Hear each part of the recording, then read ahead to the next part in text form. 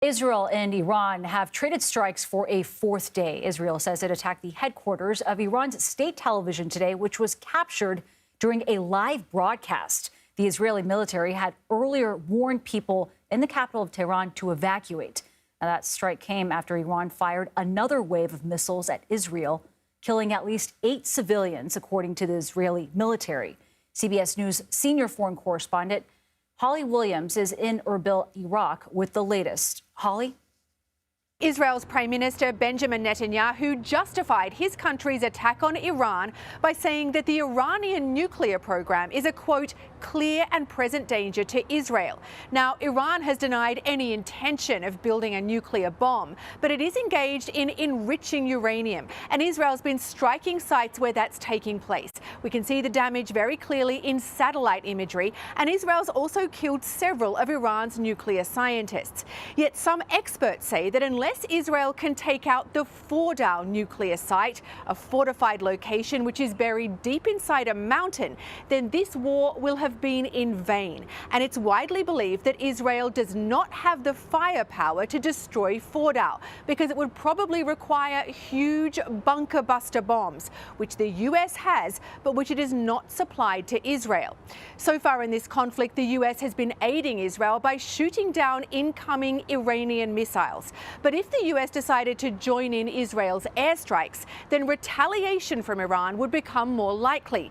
And Iran has already threatened to target American military bases and ships. There are around 40,000 US troops here in the Middle East. But if Iran retaliates, the roughly 2,500 American troops thought to be here in Iraq would be an obvious target, simply because they are right next door.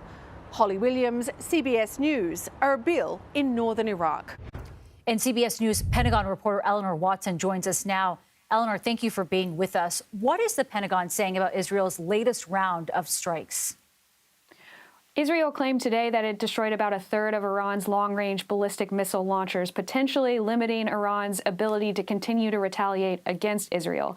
But arguably the biggest development came over the weekend when Israel claimed to have much of the air superiority over most of Iran's skies, which is no small thing. Israeli aircraft can now operate over Tehran and in western Iran without much threat of being shot down.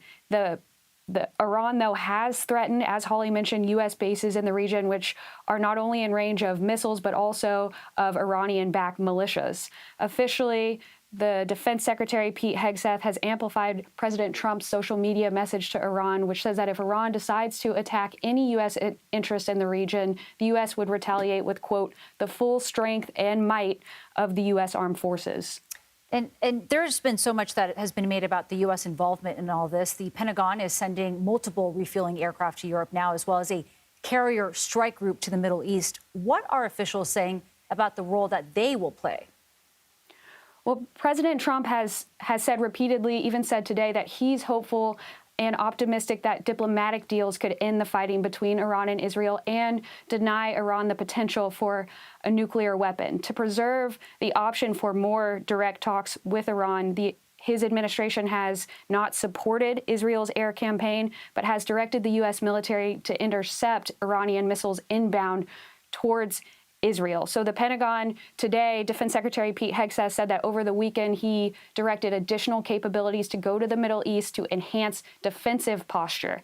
We know from U.S. officials that that includes refueling aircraft that can keep fighter jets in the air for longer, heading towards the Middle East to be closer in case they're needed, and a second carrier strike group.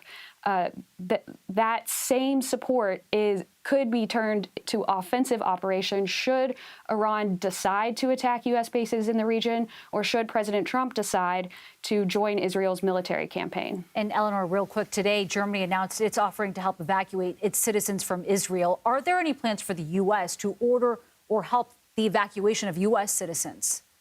The State Department over the weekend authorized voluntary departures for non-essential employees and family members from Israel, but so far has not ordered the departure of the embassy and has not expressed a need yet for a mass evacuation of American citizens. All right, Eleanor Watson, thank you very much.